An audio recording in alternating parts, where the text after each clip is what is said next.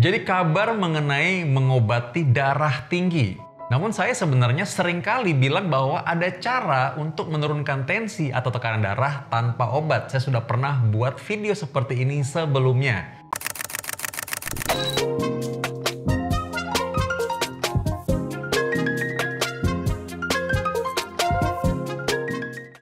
Dan kali ini, sebelum saya mengabarkan informasi mengenai obat yang tadi saya sebut, saya ingin mengatakan bahwa kebanyakan pasien mungkin belum melakukan terapi hipertensi yang ini.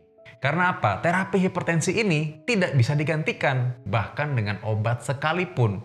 Karena banyak yang begitu saja menyerah dengan obat, padahal saya inginnya adalah Anda ketika mendapatkan diagnosis, oh ini hipertensi atau Anda tekanan darah tinggi, harusnya masih memungkinkan Anda melakukan terapi mandiri, yaitu dengan jalan kaki 30 menit sehari, setiap hari. Anda lakukan setiap hari dan ini kadang-kadang orang anggap enteng. Mereka nggak merasa bahwa ini adalah terapi, padahal ini adalah terapi yang sangat baik dan terbukti. Banyak pasien-pasien saya yang akhirnya bisa lepas dari obat hipertensi atau setidaknya mengurangi dosis obat hipertensinya atau mengurangi jumlah obat hipertensinya. Jadi mereka hanya minum setengah tablet atau mungkin hanya minum sebagian dari obat-obat hipertensi yang tadinya banyak sekali jadi cuma sedikit. Dan mereka cukup stabil dengan tekanan darah yang juga stabil di dalam kisaran normal. Jadi dengan orang berolahraga secara rutin, aerobik, dengan jalan kaki saja minimal, itu sudah sangat membantu menstabilkan tekanan darah. Yang terjadi adalah ketika kita berolahraga secara teratur, maka pembuluh darah kita bisa dengan fleksibel, pulsatile, bisa mengalirkan darah kembali, dan dindingnya itu jadi tidak kaku. Sehingga dengan demikian, pembuluh darah ini menjadi rendah tekanannya dan akhirnya lebih stabil. Ini yang membuat olahraga ini sehat buat jantung. Jalan kaki dulu. Bukan berarti bahwa Anda yang masih usia 30 tahun, 40 tahun, jalan kaki juga dan tidak melakukan olahraga yang lain. Bukan begitu. Tapi Anda sebaiknya melakukan ini. Jadi olahraga yang lain seperti angkat beban juga sangat penting. Apalagi yang usianya masih 40, 50, bahkan yang lansia pun sangat saya anjurkan untuk olahraga beban. Angkat beban ini sangat penting. Jalan kaki tetap dianjurkan supaya ini memperbaiki sirkulasi darah. Saya juga sudah pernah bilang bahwa ini sebenarnya terapi untuk varises juga. Orang dengan varises itu bisa lebih baik dengan cara jalan kaki. Namun seringkali saya temukan orang malas untuk melakukan ini. Padahal ini adalah terapi yang sangat-sangat efektif.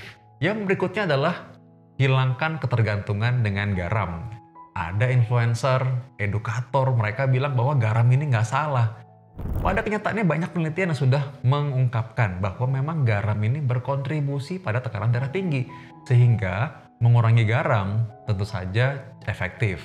Kita tidak bilang bahwa tidak makan garam sama sekali ya, karena itu pun tidak sehat sebenarnya. Tapi kita bilang mengurangi garam. Sudah ada di Kemenkes berapa kali dibilang bahwa garam ini memang harus dikurangi dan ada batasnya atau anjurannya. Kurang makan garam juga memang bisa mengakibatkan seseorang kurang elektrolit, orang jadi lemas jadinya, dan bahkan tidak bertenaga. Mereka merasanya tidak ada gairah untuk melakukan aktivitas sama sekali, jadi memang kurang juga nggak bisa. Tapi berkelebihan juga, ini berpotensi membuat seorang darah tinggi. Jadi ya sedang-sedang saja. Nah bagi influencer ataupun edukator yang bilang bahwa ini nggak apa-apa kok, yang penting nggak banyak makan gula, yang penting nggak banyak makan manis-manis, garam tuh boleh. Sebenarnya ini kurang konsisten ya kalau kita bilang bahwa yang berlebihan itu nggak baik. Makanya sebenarnya kalau gula berlebihan nggak baik, ya garam berlebihan juga sama sih. Tidak baik juga. Jadi ya sedang-sedang saja sesuai dengan takarannya. Dan ini sebenarnya ada penelitiannya bahwa memang garam yang berlebihan berkontribusi pada tekanan darah tinggi atau hipertensi. Dan pada video saya sebelumnya Anda boleh lihat tuh bahwa hipertensi ini berkontribusi juga bikin orang jadi jantungnya besar atau bengkak.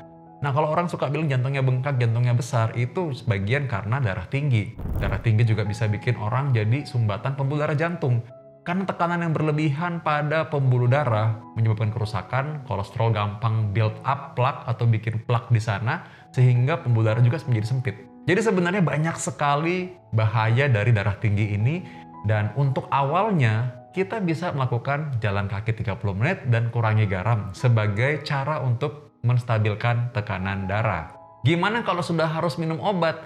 Tetap aja boleh sangat bisa untuk tetap jalan kaki dan kurangin garam. Itu membuat obat-obatan lebih efektif. Justru sebaliknya, kalau orang misalnya makan obat saja tanpa melakukan olahraga, tanpa mengurangi pola makan yang berlebihan, maka ini akan sangat sulit sebenarnya. Jadi tetap harus melakukan olahraga dan juga pola hidup yang lebih sehat. Kurangi garam, makan garam secukupnya sesuai anjuran, dan juga tentunya dengan mengurangi berat badan yang berlebihan. Harus stabil. Nah, mengenai hal tadi, ada orang tidak bertanggung jawab. Oknum ini membuat video dengan voice over seolah-olah itu adalah saya, mengubah suara saya. Dia mengedit suara saya dan menggunakan AI sehingga tampak seolah-olah saya bilang bahwa obat hipertensi ini harus dengan obat tersebut. Atau saya malah ditulis dalam sebuah skrip seperti ini.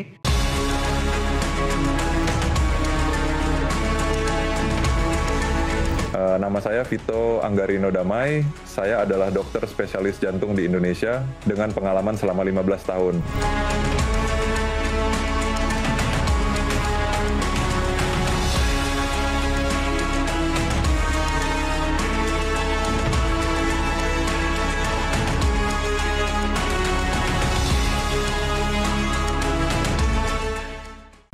Kandesartan dan amlodipin, obat-obat ini masih diperlukan untuk orang-orang dengan hipertensi. Tidak semua langsung bisa dengan perubahan pola hidup, tidak semua juga cocok apabila jantungnya sudah besar, tidak mungkin dengan perubahan pola hidup saja.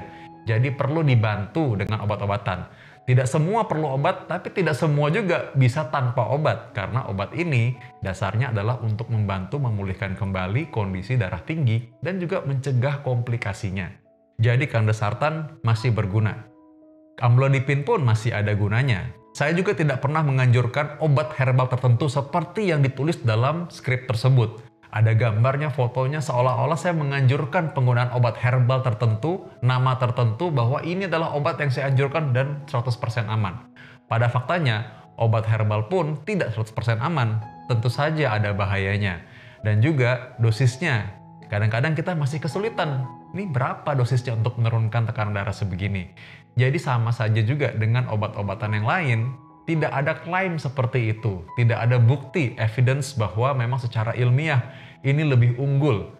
Obat herbal ini punya keunggulan ini dan keunggulan itu. Apalagi saya tidak pernah menganjurkan Anda bahwa minum obat tersebut.